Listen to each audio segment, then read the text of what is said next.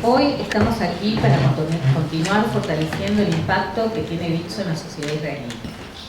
Es por esto que quiero dar las gracias a todos los presentes, ya que sin su apoyo este trabajo no sería posible. Nosotras solo somos voluntarias que hacemos intermediarias entre ustedes y las miles de personas a las que Bitso llega por su obra. Agradecer especialmente a las autoridades que hoy nos acompañan, la señora Marina de Tear de Daya, la señora Débora Gendín de OSA, por su apoyo a nuestra causa. Mandarle un abrazo a nuestra presidente de OSA Bitso, Eugenia Kipperman, que está convaleciente y rogamos por su pronta recuperación. Quiero agradecer al panel que hoy nos honra con su presencia en nuestra casa. Nos enriqueceremos escuchando sus interesantes conceptos. Algunos de los programas de Bitso los podrán encontrar en el material ilustrativo que recibieron al ingreso, junto con nuestros datos.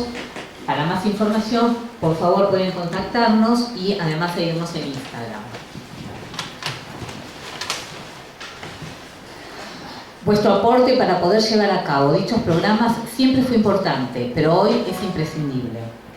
Extendamos la mano y abramos nuestros corazones para poder seguir ayudando y hacer la diferencia en la vida de quienes tanto nos necesitan. Mi nombre es Diana Varedes y como presidente de la regional Bitso AMBA agradezco a todas las integrantes de este grupo con quienes trabajamos maravillosamente y además lo pasamos muy bien. Invitamos a sumarse a esta red de voluntarias a todas aquellas que lo desean. Quisiera también agradecer al staff de OSA Bitso por la ayuda que nos prestan, desde maestranza, administración y seguridad. Hoy todavía hay secuestrados que ya deben estar con sus familias. Exigimos el pronto regreso de ellos. Los estamos esperando. Al final de la charla, con el número que les fue entregado al ingreso, se sortearán diversos libros. Y ahora los dejo con Andrea, quien nos va a presentar a nuestros prestigiosos panelistas de esta mañana. Y juntos sigamos haciendo lo que importa. Am Israel Chai.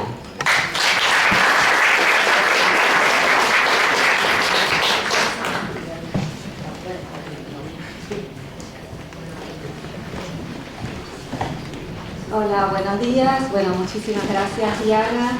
Gracias a todos por estar hoy acá.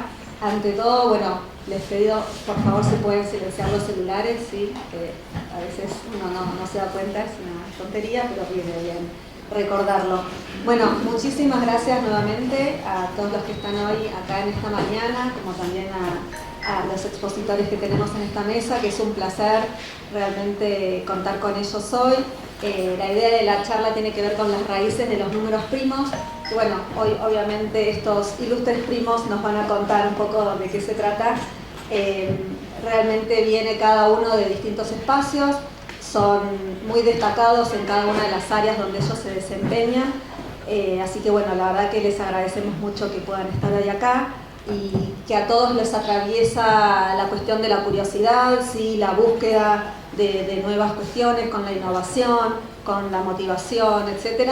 Y la verdad es que reúnen conceptos desde la educación, desde la ciencia, desde la historia, las raíces, y que ahora nos van a comentar. Bueno, presento a Dan Lande, que es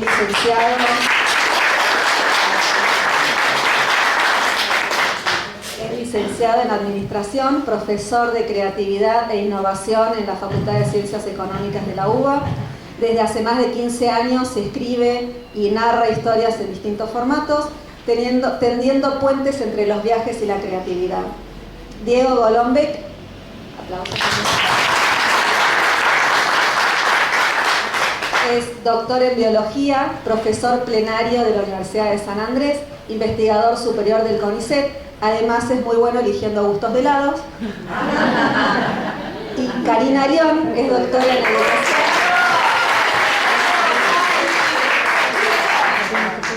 Es doctora en Educación de la Facultad de Filosofía y Letras de la UBA, profesora de Educación y Tecnologías también en la Facultad de Filosofía y Letras, ex directora de UBA 21 y del CITEP de la UBA, y actualmente es desarrolladora de videojuegos educativos. Bueno, y hoy nos van a compartir esto, ¿no? Distintas miradas distintos entrecruzamientos que nos van a hacer, digamos, pensar y a reflexionar y nos van a permitir también imaginar diferentes recorridos. Así que bueno, mejor los dejo a ellos que nos cuenten. Muchas gracias. A ver, sí, no sé si se escucha. ¿Está prendido? No, es que no está prendido. Sí, igual está en discusión el tema del helado, los gustos de helado, ¿eh? No sé, acá había unas internas, no estamos seguros. El zamballón es el parámetro. ¿Cuánto zamballón sí? Acá, 100%. Perdí.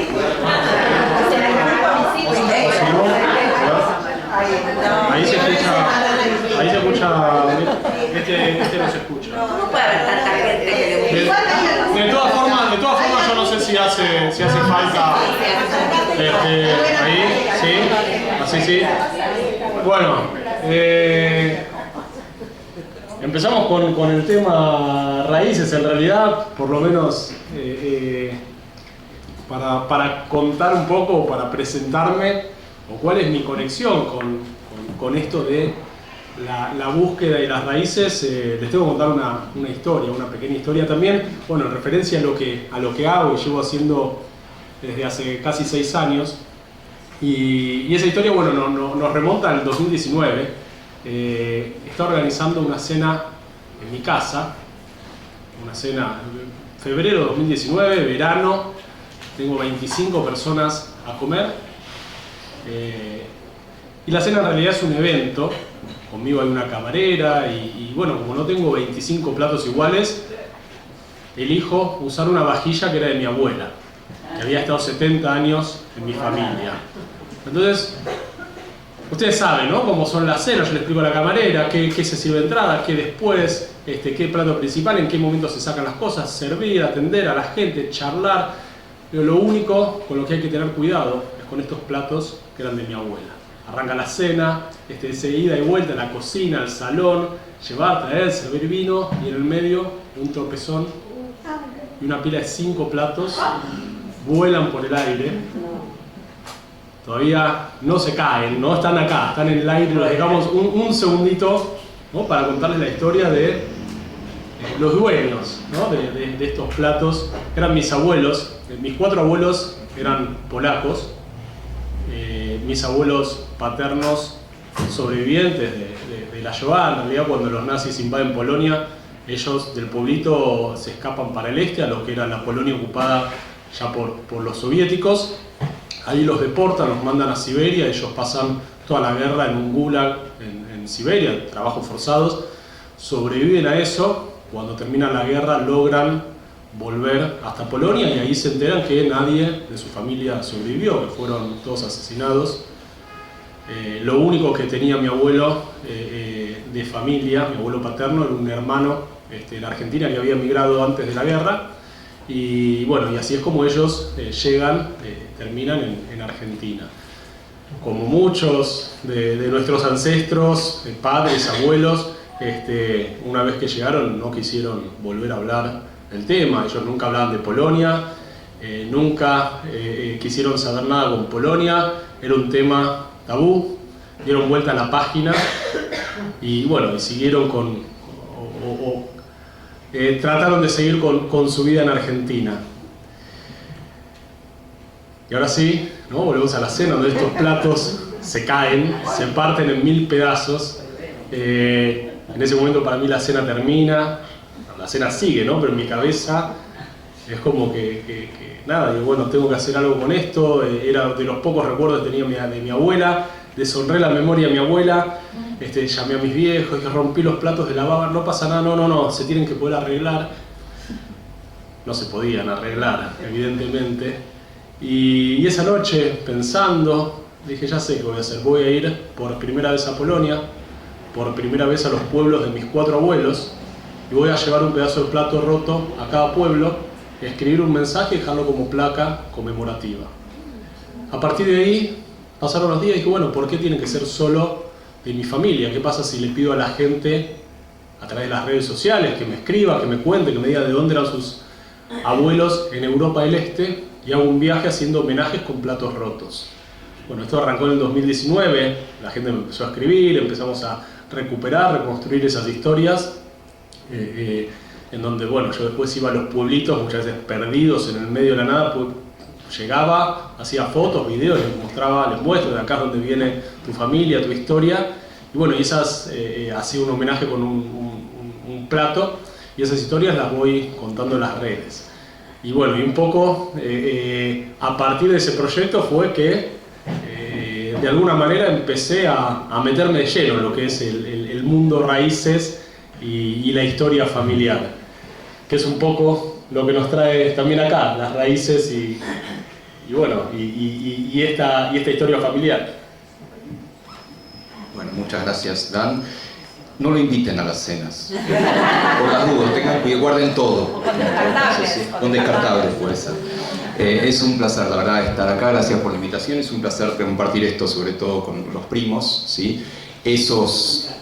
Uno de esos abuelos polacos era hermano de mi abuela, ¿sí? Por eso es que somos primos, ¿sí? Básicamente. Y nada, les quiero hablar un poquitito desde el punto de vista más biológico, ¿no? De qué quiere decir raíces, qué quiere decir, qué es esto que somos, sería la pregunta que me gustaría desarrollar. ¿Qué somos en tanto humanos? No podría ser, es muy fácil, ¿no? Somos frascos con células de hígado, de corazón, frascos con células sanguíneas, con neuronas, lo metes en una coctelera, chan chan chan, y sale un Dieguito. Es raro pensarse así, ¿no? No me alcanza. No, ok, pongámosle números a esos frascos. Ok, entonces somos unos 9 litros de sangre, más o menos, ¿sí? Somos unos 30 metros cuadrados de piel, más o menos, 10.000 millones de neuronas, ¿sí? 50 millones de pelos. La genética es injusta. Y de nuevo, lo metes en una bolsa, agitas un poco, sale un humano. No me jodan, eso no soy yo, ¿sí? Sobre todo la parte de los pelos. Me falta algo que diga que yo soy yo y no soy Cari o no soy Dan, ¿sí? Claro, sí, hay un montón de cosas que nos hacen humanos, que nos hacen ser nosotros, ser individuos humanos. Algunas son muy obvias, ¿no? Las huellas dactilares son distintas hasta en gemelos, ¿sí? Pues se van haciendo mientras se va desarrollando el embrión, la forma de caminar, la forma de hablar, ¿sí?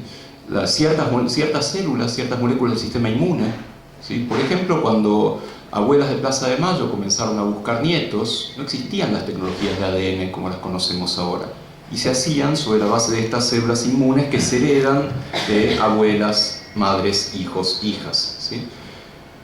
Ok, ya está. Entonces soy eso, ¿sí? Es más, hay una marca que dice que soy yo, que se llama genes. Los genes son, yo soy una colección de 20 y pico mil de genes. Digo 20 y pico mil porque ni siquiera sabemos cuántos, ¿sí? Andamos por 23, 24 mil genes. Se acabó la historia, más o menos. Más o menos, porque los genes además vienen en sabores, como los helados, justamente. Cada gen tiene distintos sabores, entonces yo soy esos genes y esos sabores, y parece como que se acabó, ¿no? ¿Y a qué me refiero con sabores? A ver, ¿cuántas de ustedes pueden hacer? No me sale bien esto. Esto. Algunos pueden, otros no. ¿Cuántos pueden poner 2 dedos así, 2 y 2? No, nada, salía defectuosa. Sí, bueno, tiene ciertos cambios en los genes. ¿Cuántos tienen hoyuelo en la barbilla? ¿Sí? Nariz más recta, nariz más curva, pecas. No me miren ahora, mírenlo a Dan. ¿Cuántos de ustedes el pelo les crece con un piquito? Un piquito acá o así bien liso, ¿sí? Y podríamos seguir con un montón de características. Este me sale bien. ¿Cuántos de ustedes pueden doblar el pulgar más o menos 90 grados? Este me sale bien, pueden mirarlo, ¿sí? O bien me puedo meter hasta con intimidades, ¿no? ¿Cuántas tienen pelos en los dedos de los pies? No quiero saber, no quiero ni pensarlo. Eso también nos hace a nosotros, eso se llama mutaciones, porque todos somos mutantes, ¿sí? Todos tenemos variaciones en esos genes, si no seríamos obviamente todos iguales. Entonces ya está, se acabó la historia. ¿Qué somos como humanos? Y bueno, somos esas células, esos genes que son instrucciones para fabricar cosas y las variaciones de esos genes. No me alcanza. Eso es lo que traemos de fábrica, eso es lo que ligamos de papá y mamá. Y no hay mucho con qué darle, ¿sí? Uno ligó eso, ligó ser más alto, ser más bajo, el color de ojos, lo que fuera. Pero falta algo importantísimo en estas raíces, en esto que somos. Falta justamente lo que hacemos con lo que traemos de fábrica, lo que podríamos llamar cultura o ambiente. Y es importantísimo, somos esas dos cosas. Somos la bolsa de lo que traemos de fábrica, no hay mucho con qué darle, y lo que hacemos con lo que traemos de fábrica y no tiene límites. Ese es un mensaje maravilloso de la biología. No hay techo, nadie nace nada. ¿Sí? Una vez le preguntaron a una extraordinaria escritora argentina, Eve Ward, preguntaron, dígame Eve, ¿y se nace escritor? Y la respuesta de ella fue maravillosa, no, se nace bebé. Y sí, claro, se nace bebé, sobre eso construimos un escritor, o una futbolista, o un mecánico, o lo que fuera. Y ese mensaje me parece extraordinario, ¿sí? Esa mezcla entre lo que traemos de fábrica y lo que hacemos con lo que traemos de fábrica. Claro, entre lo que traemos de fábrica también hay ciertas raíces, ¿sí? Por ejemplo, yo, y me atrevo a afirmar que mis primos también, somos 3% neandertal. ¿Sí? ¿Por qué? Porque venimos de ancestros de Europa Central. Y resulta que los Homo sapiens que salieron de África tardaron mucho en salir de África y recorrer el mundo. En un momento llegaron a Europa y había otros humanos en Europa. ¿Se dan cuenta? Llegaron a un lugar donde había otros bichos parecidos. Como si fueras a, no sé, a un boliche o al supermercado y no sabes si la que tenés adelante es neandertal o sapiens. Es muy fuerte eso. Y encima se cruzaron los sapiens y los neandertales. Nosotros somos testigos de ese cruzamiento. Eso es parte de lo que traemos de fábrica. Pero al mismo tiempo, vengo de Europa Oriental, de Europa Central. Por tanto, también traigo un ambiente particular. También tengo unas costumbres particulares que no son mis genes, pero también soy yo. Yo me hice mi genoma hace varios años, es fácil, ahora bastante barato. También mandas una muestra de saliva y te sale un montón de características, ¿sí? Por ejemplo, a mí me salió, y ahí pedí que me devolvieran la plata, que tengo cierta propensión al cabello largo y rizado. A veces se confundieron de muestra acá con el primo. Pero lo que te da ese análisis genético son propensiones. No te dice te vas a enfermar de esto o no te vas a enfermar de esto, salvo en muy pocos casos que se cuentan con los dedos de la mano. Te dicen tenés tal propensión a una enfermedad cardíaca o neurológica o lo que fuera, y por ahí nunca te enfermas. Porque vas al médico, porque comes bien, puedes tomar remedios, puedes hacer ejercicio, lo que fuera. Y ese es el mensaje más fuerte que tiene la biología sobre las raíces. Hay una parte de esta en la Tierra, por eso se llama raíz. Es lo que traemos a través de generaciones, a través de nuestros padres, nuestros abuelos, la ruta de las boves de Dan. Y hay otra parte, es la que sale de la Tierra. Y esa, y este es el mensaje más maravilloso, muy reciente de la biología, esa depende enteramente de nosotros.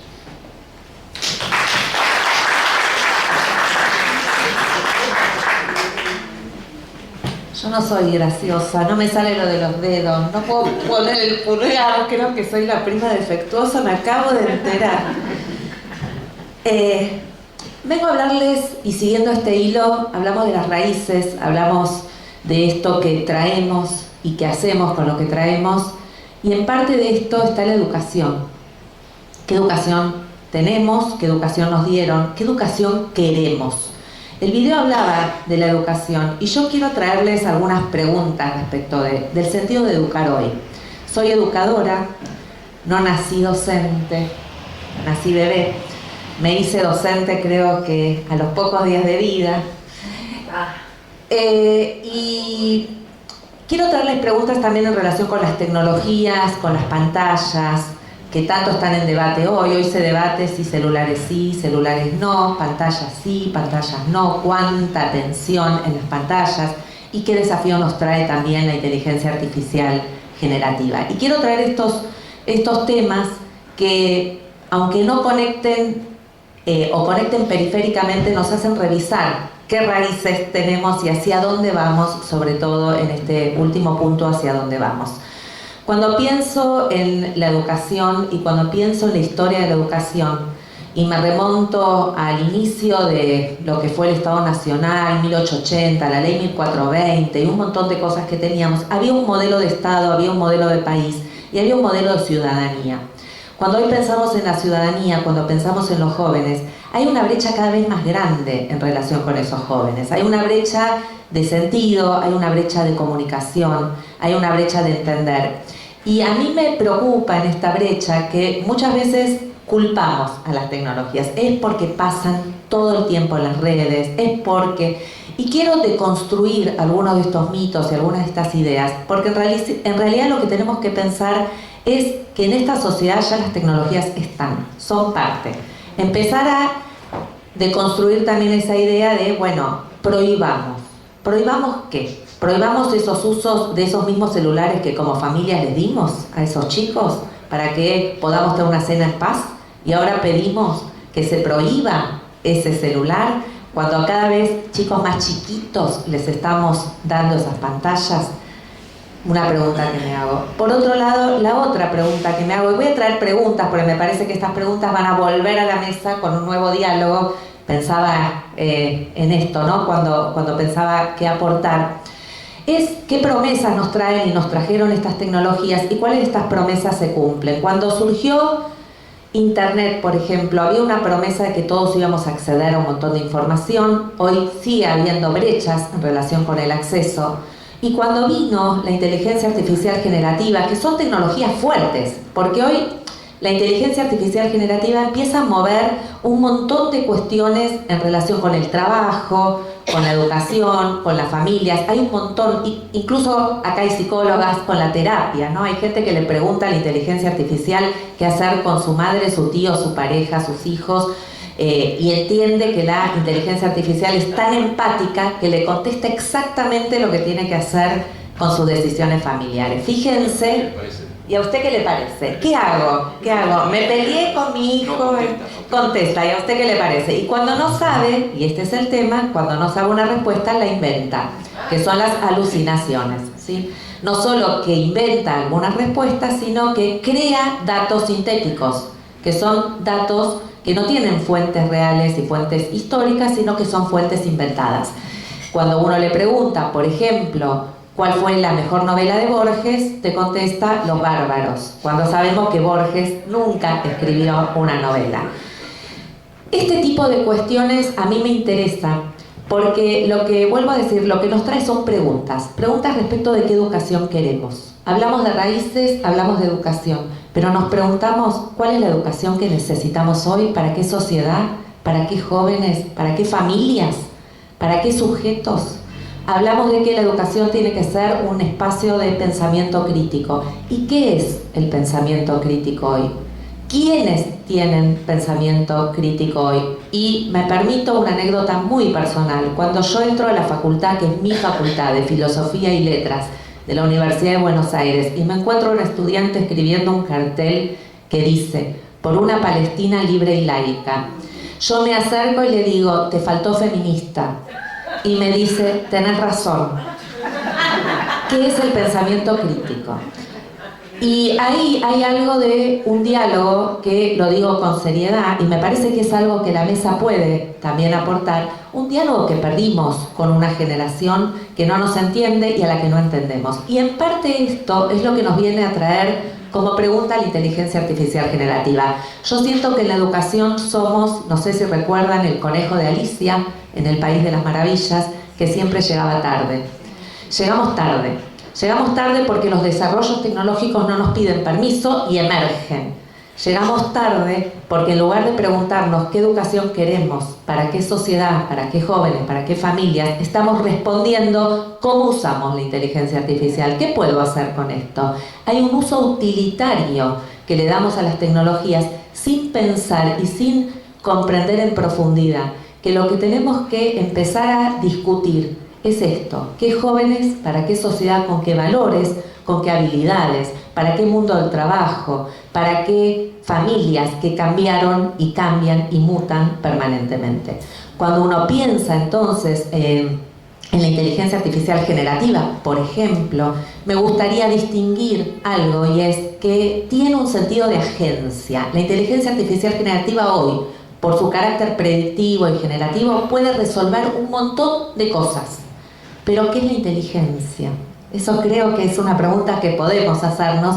¿Qué es la inteligencia humana? ¿De qué se distingue? ¿Somos máquinas de resolver problemas? ¿O tenemos también intuición, ironía, doble sentido? Pídanle un meme ahora que estamos en julio de Julio Iglesias. Vieron que aparecen en julio todos los memes de Julio Iglesias. Pongan un meme de Julio Iglesias y van a ver que les responde este Julio Iglesias en el supermercado. No entendió el meme. Por supuesto que no lo entiende, porque no entiende, no tiene ese doble sentido, no tiene ese contexto, no tiene la ironía, no tiene ese humor que nos distingue, ese metalenguaje que nos distingue como seres humanos. Cuando pensemos entonces en relación con qué juventud queremos, pensemos que tenemos que educar con esas tecnologías, porque el pensamiento crítico no emerge de generación espontánea, se trabaja, se palpa. Y pensaba, por último, para seguir discutiendo y seguir dialogando acá con mis primos ilustres, cuando también pensaba en estas posibilidades de anticipar qué educación queremos o qué valores van a ser relevantes en los próximos años, y cuando pensaba también en la fuerza que tiene esta inteligencia artificial que nos está atravesando en todas las verticales de la sociedad, pensaba también que la inteligencia humana no va a ser resolver problemas, sino decidir qué problemas queremos resolver.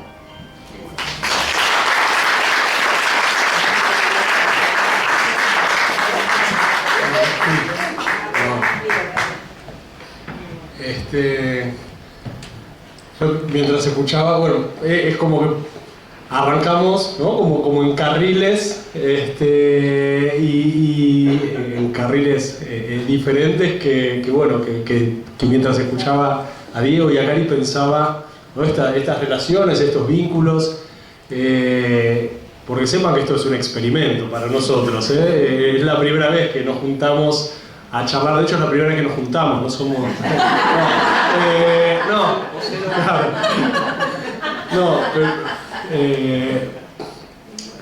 pero nos escuchamos, ¿no? Claro, no.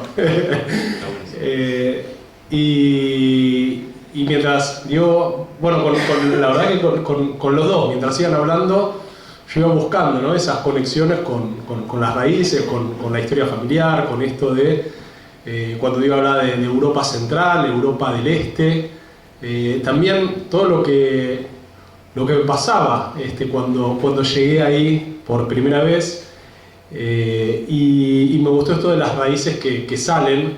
Esto, bueno, antes de arrancar le pregunté algo sobre la ciencia o la genética y la historia familiar, que si bien mucho de lo que heredamos, prácticamente casi todo lo que heredamos, o sea, todo lo que hacemos que tiene que ver con costumbres, con ritos, con repetir ciertas cosas que incluso ni sabemos por qué las hacemos, por qué hacemos, ¿no? Cuando Diego habla de las raíces que salen, ¿no? Y todo lo que nos convertimos a partir de lo que elegimos ser, decidimos ser, y todo lo que hacemos, cuánto de eso que hacemos viene de cosas que fueron haciendo otros, ¿no? O que tienen que ver con la educación, con la enseñanza, con cosas que se van replicando de generación en generación y que nosotros hacemos sin saber.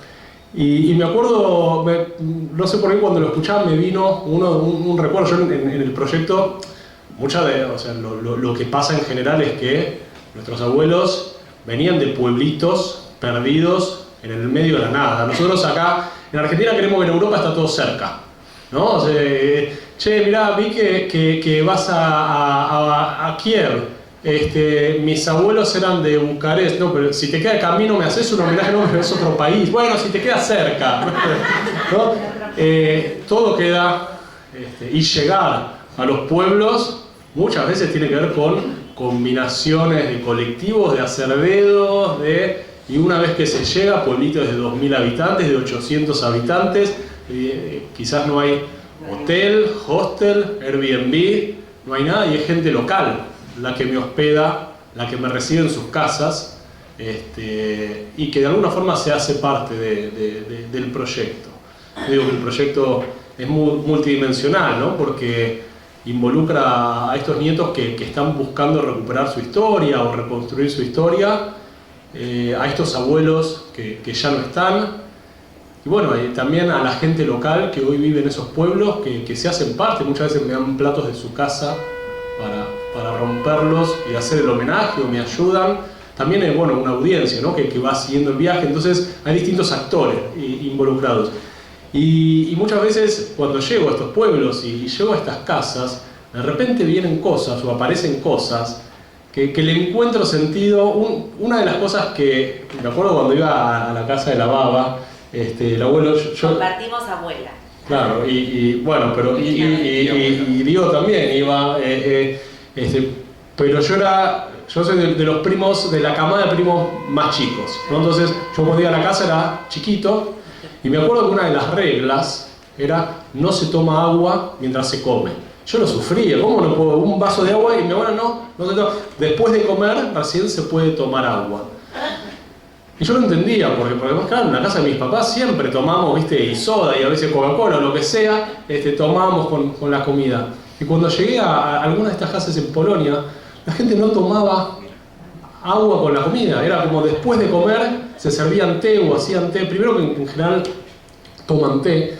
Y en muchos lugares era y el agua y el coso, no, después.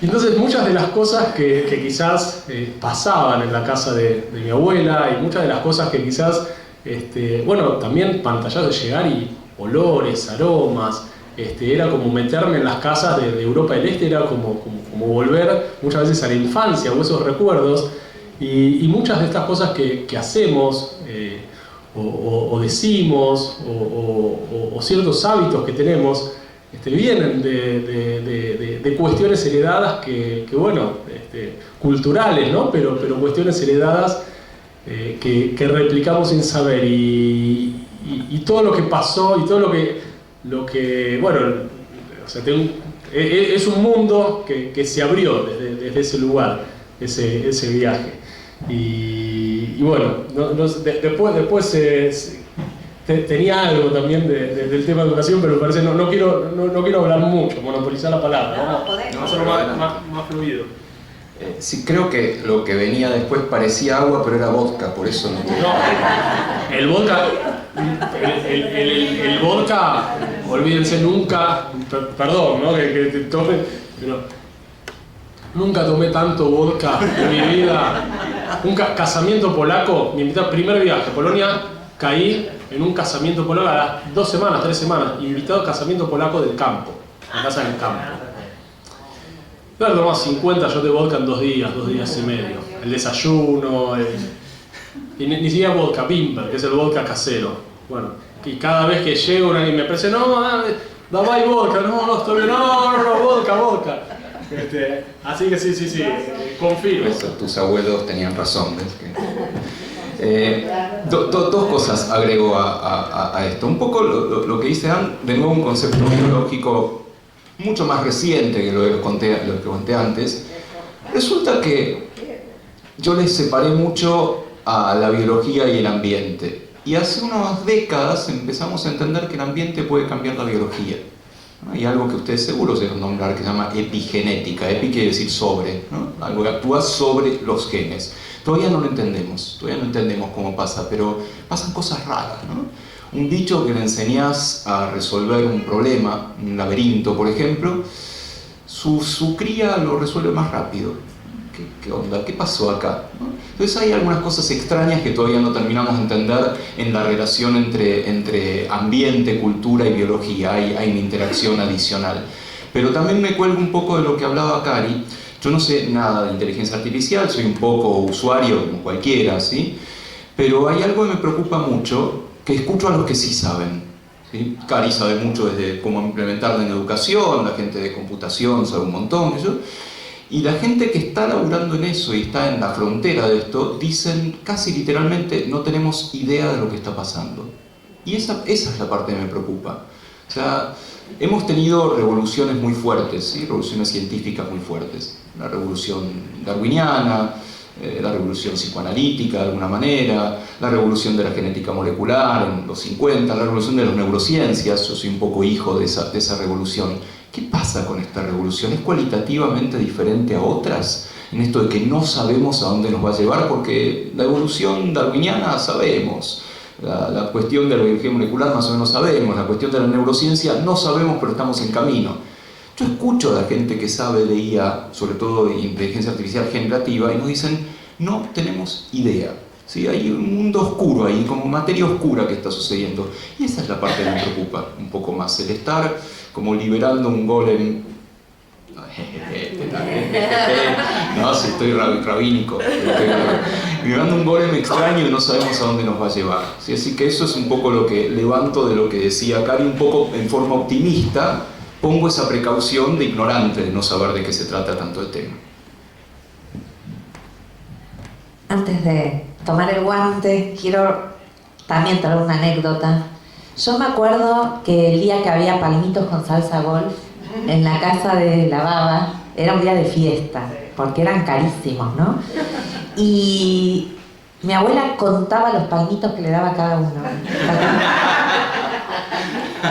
Y yo miraba que esté equitativamente bien, porque me encantaban los palmitos.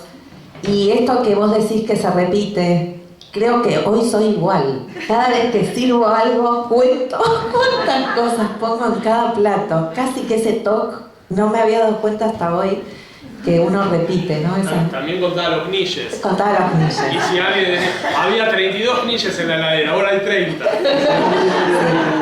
Sí, y yo un día fui a la hora que ella amasaba, porque quería aprender a hacer los knishes, que me dice, tenés que venir un domingo a las 6 de la mañana. Fui ese domingo a las 6 de la mañana. Lamentablemente salteó, no sé, eso me lo tendrás que explicar desde la genética, salteó una generación la culinaria o lo culinario, porque yo cocino muy mal, nunca me salieron esos knishes. Algunas masitas que hacía tu abuela, sí, extraordinarias. los gesálcenes. Eso, los gesálcenes. Bueno, ¿Alguien sabe hacerlas? las gesálcenes, eran saladas, parecían las saladas. Amapola, se perdieron esas cosas, ¿no? Qué lástima, hablando de... se perdieron. Y la verdad es que yo hice todo un esfuerzo, fui temprano, pero es como que la masa, me acuerdo un montón de cosas, pero no, nunca salió igual. Era una mano distinta, porque tampoco sabía explicarlo, ¿no? Era, pones un poco de acá, un poco de allá, era toda una pizca. Avísale, sí. Bueno, no, pero ¿cuánto exacto? Bueno, esas cosas. Volviendo a esto que vos preguntabas, es cierto que hay toda una cuestión, porque lo que se menciona y lo que se dice y lo que se sabe es que lo que hoy se conoce como inteligencia artificial generativa es una inteligencia artificial generativa estrecha, que por ahora puede hacer o resolver algunas cuestiones, pero mientras tanto se está ahondando, se está investigando, se está profundizando en desarrollos de lo que es la inteligencia artificial amplia, que va a poder hacer más cosas todavía.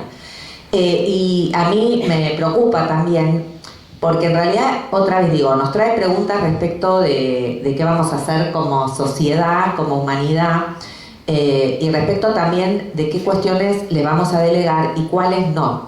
Cuando pienso en lo que hoy está escrito e investigado, hay autores que son extremos, como Harari, que con una visión más pesimista respecto de estos temas y que dice que además, bueno, desde visiones políticas nos van a controlar, que van a llevar a un autoritarismo, que van a socavar las democracias. Hay toda una visión que tiene que ver con una mirada un poquito más apocalíptica, si se quiere, o crítica, respecto de estos desarrollos que nos ponen en jaque respecto de cuáles van a ser las posibilidades que tengamos de autonomía, de toma de decisiones, con los sesgos que trae, con esto de que hoy se puede realmente segmentar la información y que muchas elecciones en el mundo están trabajando con estos temas para poder llegar con discursos diferentes a gente diferente, etc., ¿no?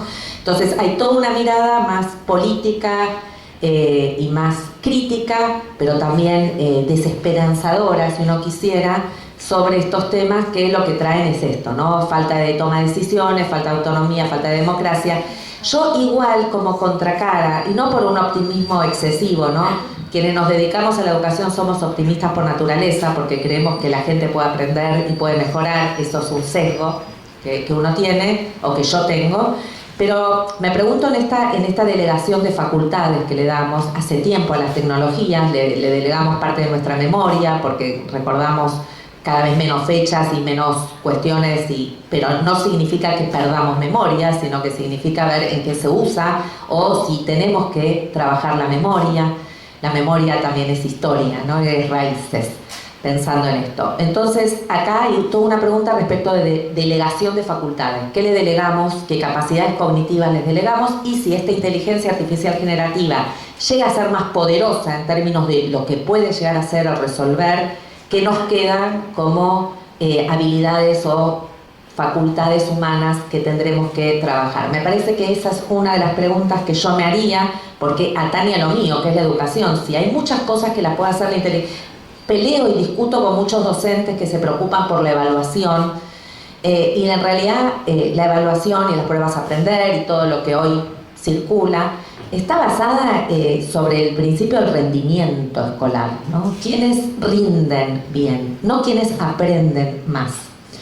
Y ahí se corrió muchísimo el eje del rendimiento, del aprendizaje al rendimiento, y aprender también es qué vivencias te llevas y qué experiencias tenés. Y si hay algo que hoy estamos en este hilo que traemos trabajando es, si ustedes tuvieran hoy que hacer un ejercicio cerrando los ojos de qué experiencias los marcaron para ser quienes son hoy, no son tantas experiencias, pero esas experiencias probablemente estén ligadas a experiencias más vivenciales, quizás un campamento, a un fogón, a algo artístico, algo que llamamos de borde del currículum, y quizás alguna de historia, alguna de matemática, pero son las menos.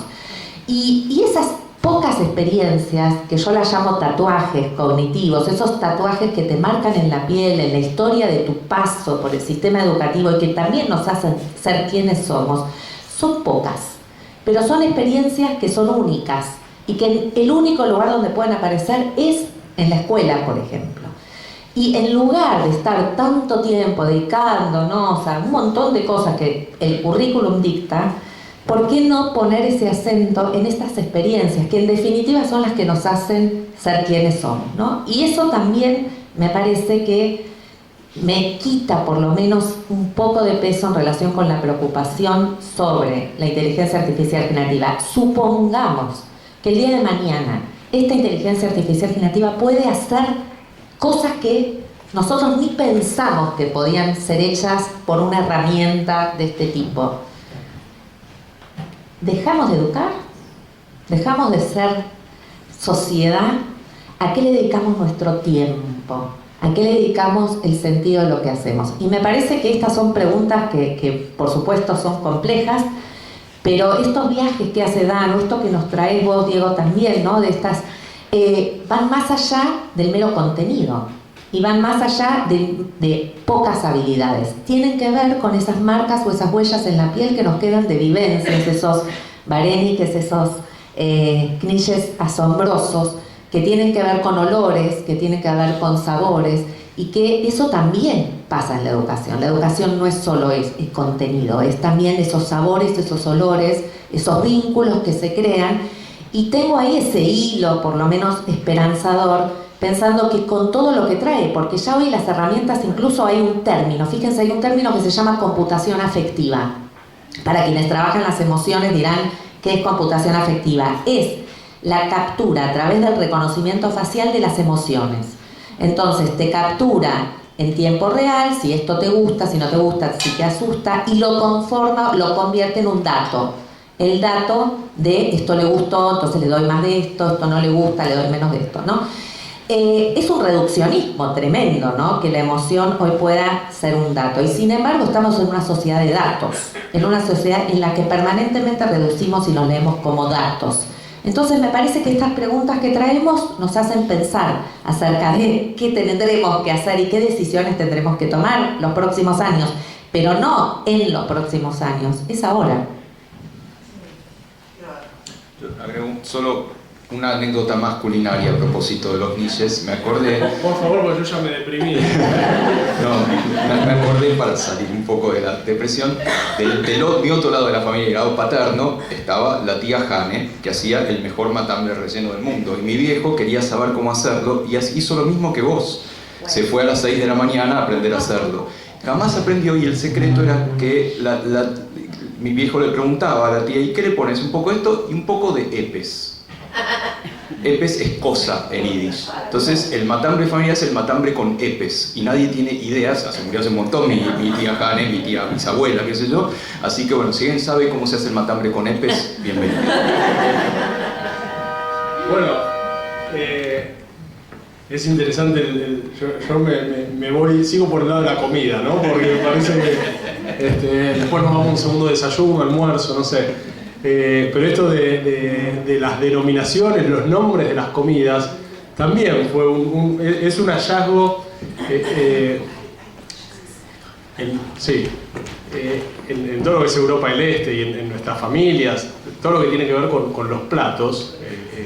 Hay muchos platos que son comunes en toda la región, pero que cada región o cada lugar tiene su nombre, ¿no? En Polonia, los vareniques son pierogis. Nosotros llamamos vareniques porque quizás de alguna forma dentro de la comunidad judía en Argentina la migración polaca de lo que era Galicia o Ucrania tuvo más fuerza en empujar el nombre y nosotros los conocemos como vareniques. Pero bueno, en Polonia son pierogis. Entonces muchas veces la pregunta de qué cocinaba te ayuda como geolocalización del origen. Una vez en Lituania alguien me preguntó, en Lituania tienen como cierto orgullo de la época en donde como el gran ducado de Lituania tenía parte de Bielorrusia y parte de Polonia. Y entonces un tipo de la comunidad judía de Lituania me dice, no, pero ¿dónde eran tus abuelos? ¿No? Y yo le digo, Stoczek, cerca de Białystok. Nosotros lo conocemos como Białystok, ¿no? Pero Białystok. Dice, pero entonces eran lituanos, eran judíos lituanos. No, bueno, pero en esa... Escuchame una cosa, a ver, pará, decime. El gefilte fish, ¿lo hacían dulce o salado? Y parece que si lo hacían dulce, sí, era lituano, y si era... claro. El dulce era polaco y salado era lituano. Entonces, todo eso, bueno, los latkes de papa. Yo iba como tratando de descubrir qué cosas, y había algo que me faltaba, eran los latkes de papa, que preguntaba, ¿no? Cuando estaba en Polonia, en Ucrania, en Bielorrusia, pero los latkes, nunca escuché ese nombre. Digo, pero ¿cómo puede ser, no? Los latkes de papa. Los latkes además tienen tienen también dentro de la región cierto orgullo, ¿no? Entonces, los latkes en Bielorrusia se llaman draniki, y me digo que los draniki es el plato de Bielorrusia. Entonces en Polonia se llaman placki, pero me digo que Bielorrusia se adjudica la creación de los draniki. Y en Ucrania no me acuerdo qué nombre tenían. Yo decía, pero esto sí, pero latkes, ¿de dónde vienen entonces los latkes? Porque Platsky, Draniki, ¿en qué país? ¿No? Lo llamaban latkes, que nos llevó a nosotros como latkes de papa. Y me acuerdo una vez que estaba en un evento en Lituania y había un menú, y decía, bueno, iba a haber latkas. Eran de acá. Lo mismo, una cosa me sorprendió mucho, que me acuerdo mi papá siempre, cuando era chico siempre decía como nu, ¿no? El nu, y nu también es de ahí, es lituano. Me sorprendió de estar en Lituania y alguien me decía nu, y de repente se me veía como... así que sí, la comida, las recetas me trajeron esos recuerdos y cómo sirven, ¿no? También para geolocalizar. El punto divisorio es latkes con azúcar o sin azúcar. Nuestra familia con azúcar. Y hablemos de la manzana. Por favor. Dale, Adriana. Bueno, interesantísimo todo y súper entretenido. Quisiera saber si hay preguntas también para poder hacerles a la mesa. ¿Quieren preguntar, comentar algo? Ahí hay una. Dale. ¿Querés? Sí, anda. me llama Sí. mucho la atención de repente cuando uno va a un médico, ¿sí? Y te pregunta, ¿qué sos? ¿Askenazí o sefaradí? Ah, claro. ¿Por qué la diferencia y qué hay? Porque hay determinadas enfermedades que sí son de uno y otras no, o el menor grado. Bueno, claramente es un médico racista, porque empieza por esas preguntas. Claramente hay cosas que se heredan muy cercanamente, o por rama paterna o por rama materna. La historia más hermosa posiblemente, que ahora está un poco más cuestionada, ¿no? Es la historia de cómo se hereda cierta porción del cromosoma Y en aquellas familias de apellido Cohen, Kahane, Kohanim, etc., porque vienen efectivamente del primer sacerdote, ¿sí? de Aarón. Y hubo un paper en Science hace 20 años más o menos que encontró ese pedacito de cromosoma. Así, si las familias se cruzan entre sí, aunque sea lejanamente, obviamente que va a haber ciertos alelos, ciertas condiciones que se van a mantenerse dentro de la familia. ¿Por qué? Tenés menos cruza con otras propiedades genéticas. Entonces, efectivamente, hay algunos alelos que predisponen para ciertas enfermedades, ¿sí? Que están presentes por ahí en familias con ascendencia Askenazi pura o sefaradí pura. Es más común con Askenazi, ¿sí? Ciertas enfermedades genéticas que tenés, de nuevo, una propensión a tenerla. De ninguna manera hay una seguridad de que sea así, ¿sí? Entonces, por eso te preguntan, por si hay alguna sospecha de algún síntoma o lo que fuera, antes de hacer un test genético, y bueno, primero te hago la pregunta cultural. Y si la pregunta cultural corresponde, los síntomas corresponden, por ahí voy a una prueba genética, ¿sí? Así que básicamente, seguramente te pregunte por algo pero muy lejano y nada preocupante en todo caso. Sí, adelante. Te lo pasamos. ¿Puedo pasar? O acercarte. O decirlo y lo repetimos, como quieras. ¿Se escucha? Porque estoy por teléfono. Acércate al micrófono. Antes que nada, mil disculpas por haber llegado tarde. Soy médica y tuve que ir a ver a un paciente antes. Me presento, soy Matilde Yani, mitad sefaradí, mitad ashkenazi. Y Abba turquí, Ima poloní. Porque me presento primero que nos conocemos de chiquitos de los grupos del Amrot y del Tarbut, y bueno, y voy a decir algo muy jugado, ¿lo digo? No importa, no, mejor no lo digo. Que lo diga. Ya metí la pata, que Diego fue mi primer amor.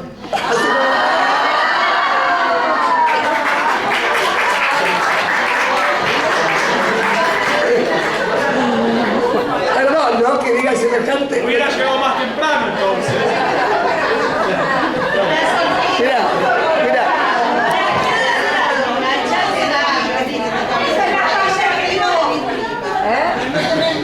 Mirá. Esto, el anillo que era... ¿Qué es esto? Bueno, y me animo a contar esto porque en realidad viene la parte triste de esta historia. ¿Cómo?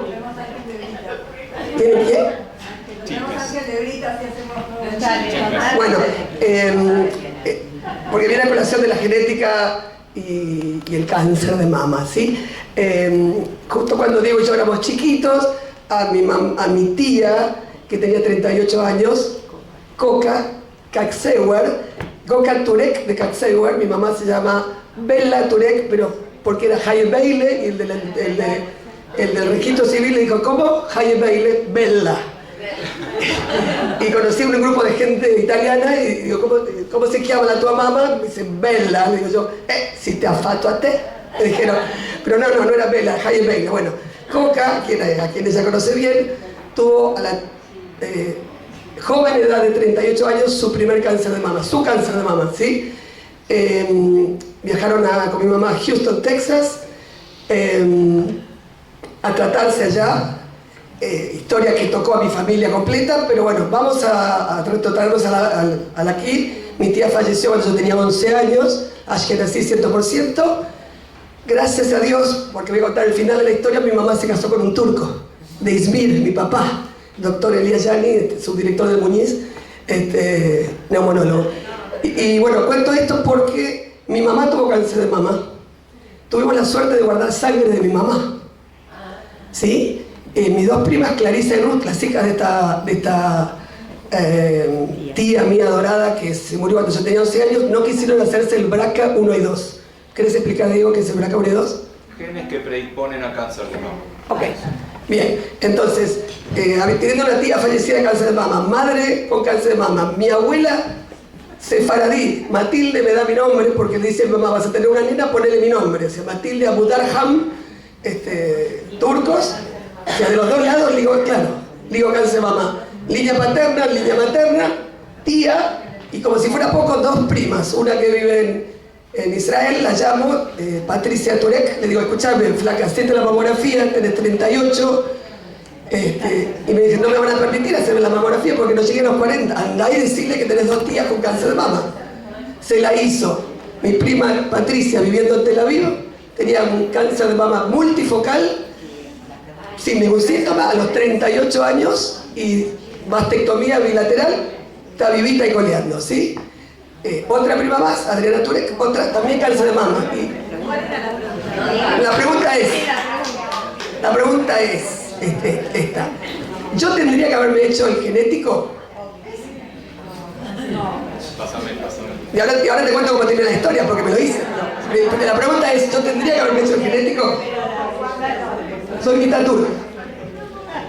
Gracias. Primero, quiero decir que en el público está Denise en algún lado. Denise es de una profesión que en Argentina no existe, que es consejero genético, y debiéramos tener esa profesión, ¿sí? Genetic Counseling. Cuando vos te haces un test genético en Argentina, por ejemplo un prenatal, que son tan comunes, ¿no? Vas a una ventanilla y te dan un sobre cerrado que después abrís en tu casa y dice alto riesgo. Y te querés pegar un tiro, obviamente, ¿sí? Entonces, quiero destacar eso, que necesitaríamos una formación para esta pregunta que hace Matilde, que ya la hace más desde la medicina, pero cualquiera que no viene de la medicina, no, pero me dio esto, me dio lo otro, necesitamos un poco más de explicación. Es una pregunta ultra personal la que hace Matilde. Mi respuesta es inequívocamente sí, ¿sí?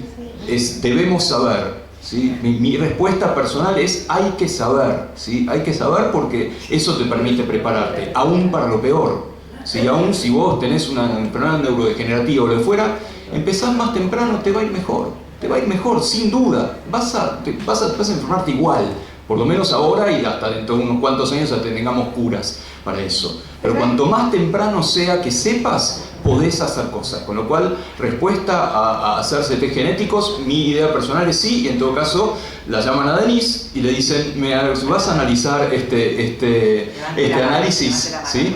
Levante la mano de Denise.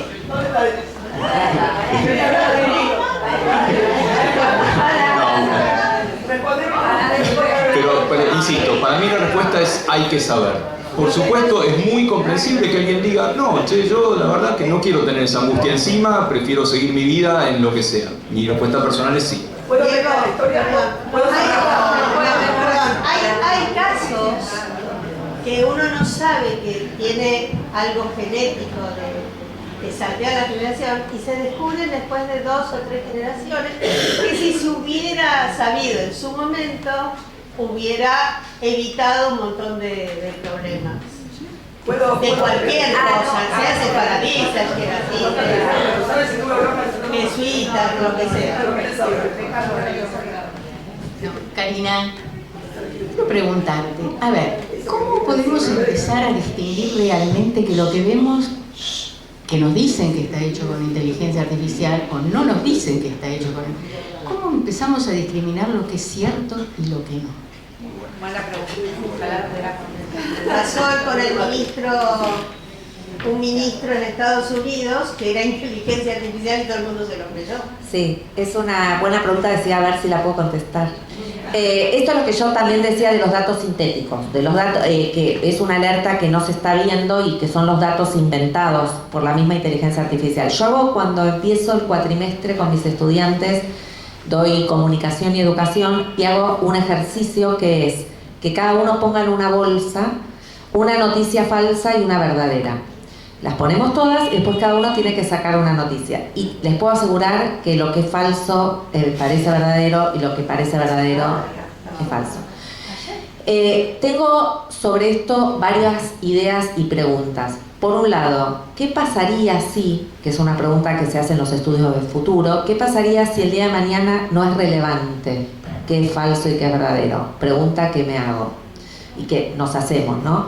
Que es una pregunta también epistemológica respecto al conocimiento. ¿Qué sucedería? Pero cuando ya no sea relevante.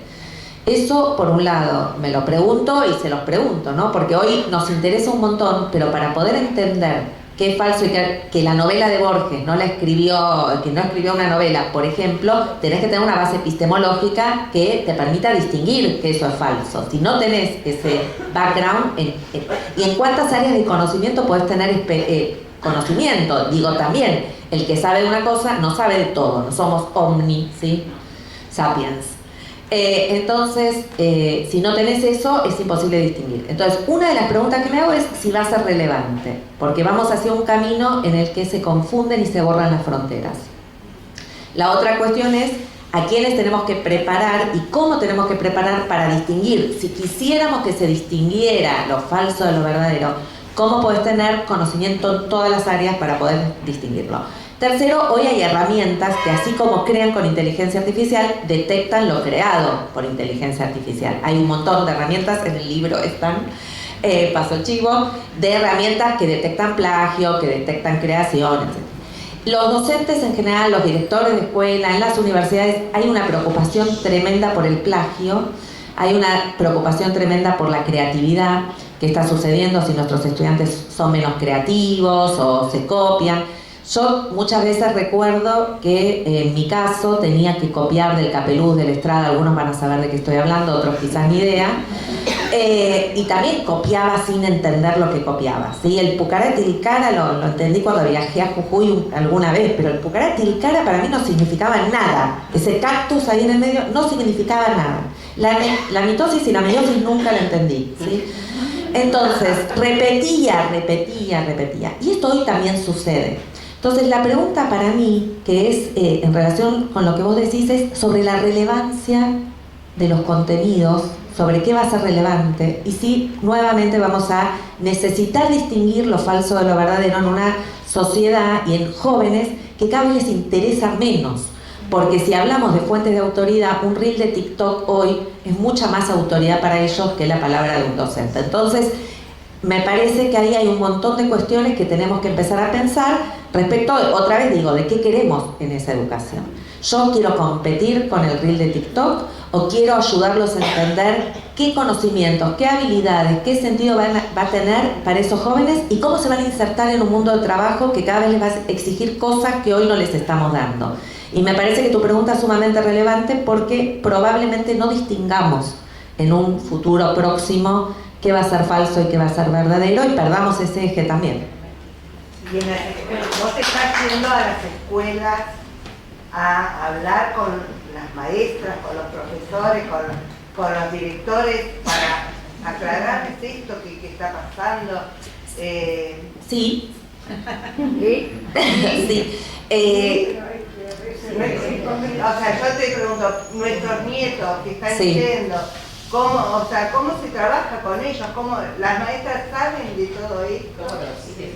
A ver, no sé cómo preguntar. Sí, yo te entiendo la pregunta. La realidad es, saben, algunas experimentan más, otras experimentan menos, a algunos les interesa más, a otros les interesa menos, a las familias lo mismo, porque las familias, y hoy hay un montón de series que muestran, tampoco ven qué está pasando con estas herramientas en los espacios en los que no intervienen, en los espacios en que están en sus tiempos de ocio. Que se sepa, que se capaciten, no quiere decir que se transformen, ¿sí? Yo siempre que doy una capacitación digo, hay dos pasos, pero son dos pasos enormes, entre capacitarte y transformar lo que haces en tu aula o en tu escuela, porque hay una decisión deliberada de querer transformar el aula. También es cierto que no todos los usos que hacen los jóvenes son malos o nocivos. También es cierto que muchas veces uno dice, entender una generación joven hoy nos lleva a entender qué los motiva a aprender, qué los motiva a estar en una institución, por qué juegan a lo que juegan, y me parece que no dialogamos con eso tampoco. Entonces, es lo que dije en un inicio, dejamos de escuchar, dejamos de dialogar. Me parece que como sociedad, me atrevo a decir que dejamos de dialogar y dejamos de escucharnos. Hay más una respuesta automática casi generada por inteligencia artificial, hay respuestas de odio, hay respuestas de poca escucha, y esa poca escucha que tenemos con los jóvenes y en general como sociedad se traslada a la escuela, pero la escuela no está aislada de esa sociedad. Y me parece que quizás hay que dar pequeños pasos, baby steps, ¿no? Pasitos chiquititos de decir, bueno, empecemos a escuchar, qué les interesa, qué hacen, por qué hacen lo que hacen, empezar a interesarnos un poco más por su tiempo. Y bueno, hay que dedicar también tiempo a eso, no correr tras otra cosa. Hay otra chicas, dos últimas preguntas se van a hacer. Perdón, estamos con muy poquito tiempo. Yo lo que quiero decir es lo siguiente, con respecto a lo que vos estás diciendo y si sabés, si hay alguna política de los estados, ¿sí? Porque esto de la única manera que se puede llegar a controlar y a medir es con políticas, porque si no es como un crecimiento desmesurado. Lo veo también con el tema, por ejemplo, derechos de autor, ¿sí? O sea, que todo empiece a circular y que todo sea de todo el mundo y que vos podés crear una imagen que no tiene una propiedad intelectual.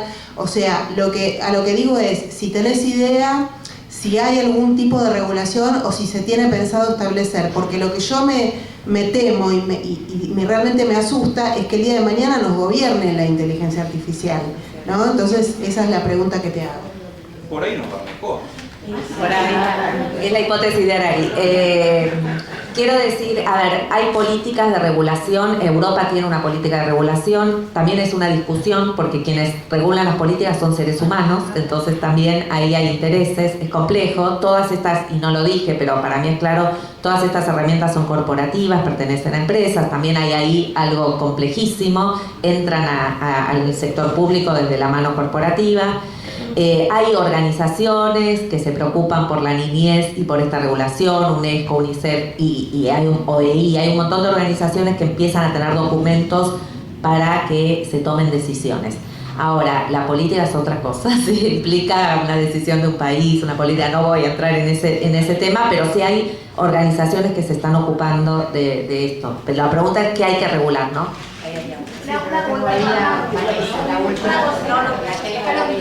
Una y dos. La última contigo. Dale. Simplemente porque creo que integra un poco las miradas de ambos, de todos, de los tres, ¿no? Bueno, que yo lo que observo es que con esto de la inteligencia artificial hay como un reduccionismo permanente y pregunto, porque la gente consulta a los pobres, más que nada, también creo que consulta todo, absolutamente, si hasta qué soñó y carga los datos de lo que soñó, los elementos de ese sueño y la interpretación de ese sueño, por ejemplo, si esto no impacta en la biología, en un futuro, ¿no? Porque me parece que hay un desarrollo menor y una sinapsis cada vez más acotada de lo que el sujeto en definitiva asocia, piensa, no se implica. Pregunto si eso en algún momento no puede tener algún tipo de mutación de la biología. ChatGPT, la versión masiva es de diciembre de 2022. ¿Sí? Hace muy poquito, no podemos tener ninguna evidencia de esto que estás diciendo, pero la idea general es que no, ¿sí? Hay algunos experimentos, por ejemplo, hay neuronas en el hipocampo que sirven para orientarte. Entonces, un experimento que se hizo es con taxistas de Londres. Londres es muy difícil para manejar, porque dan vuelta a las calles raras, qué sé yo. Entonces eran muy buenos los taxistas para moverse por ahí. Entonces, desde la aparición, no tanto de ChatGPT, sino de las aplicaciones de mapeo, ¿qué pasaba con la actividad de esas neuronas del hipocampo? Y efectivamente estaban disminuidas la actividad del hipocampo. Pero el experimento fue, bueno, ok, te saco Maps por un tiempo, y volvieron a estar activas. Con lo cual, de un punto de vista tal vez optimista, yo creo que no, de ninguna manera. Es lo que decía Cari al principio, usémoslo como herramienta, no como reemplazo. ¿Sí? No va a reemplazar nada, va a reemplazar trabajos o lo que quieras, pero no va a reemplazar la forma en la cual entendemos el mundo, la forma en la cual funciona el cerebro, porque eso está ahí y evolutivamente está ahí para algo. Entonces mi idea personal es que si bien hace demasiado poco tiempo que tenemos esta revolución, no hay ninguna evidencia de que eso vaya a ser así. Así como la revolución industrial no atrofió los brazos, ¿sí? Es un ejemplo un poco burdo, pero mi opinión personal es que no va a haber un reemplazo biológico en esto. Esas cualidades siguen siendo lo que nos hacen humanos. Había una más. La última. En realidad, bueno, es una pregunta para Dan, que siento que somos solo 16 millones de judíos en el mundo, y es, cuando viajaste a esos pueblitos tan chiquitos, ¿vos fuiste la primera persona judía que esas familias conocieron? ¿Sabían algo de lo que era el pueblo judío o algo así? Quizás contestar en breve, porque sé que tenemos que terminar. Y gracias a los tres, porque es un placer escucharlos. Gracias a Vilso.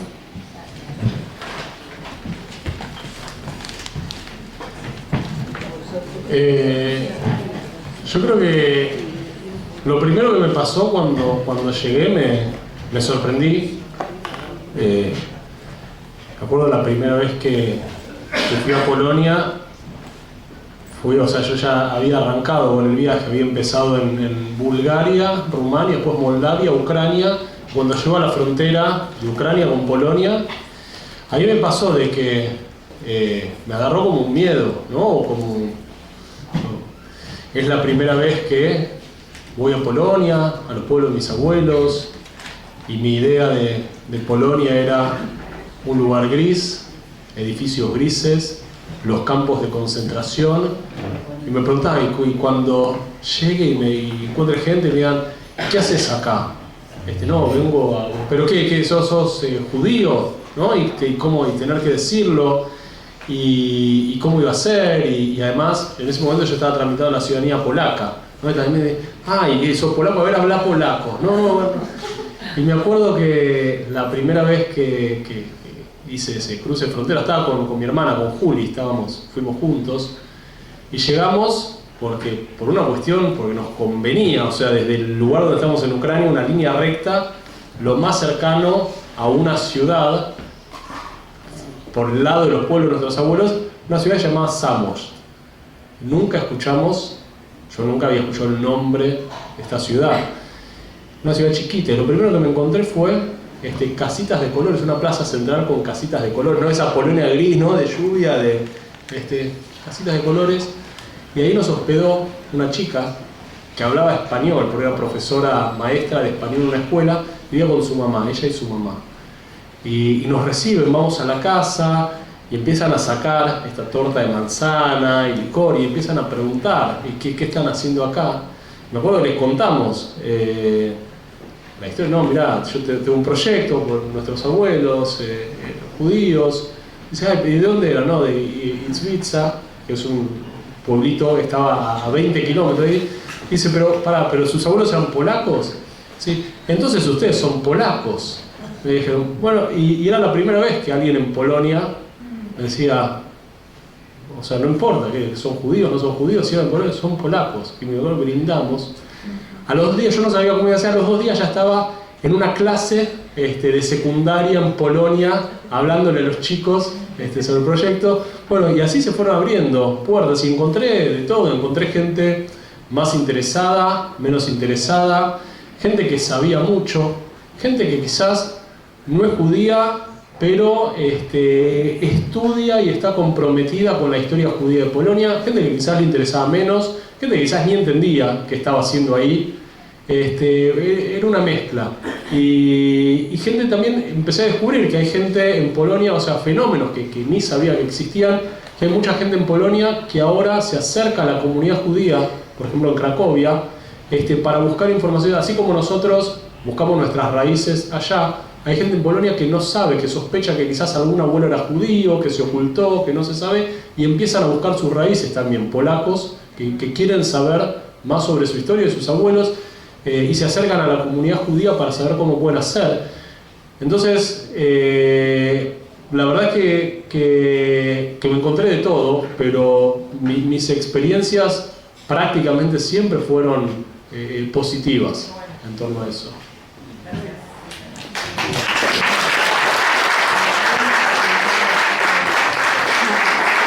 La verdad, fue una charla hermosa.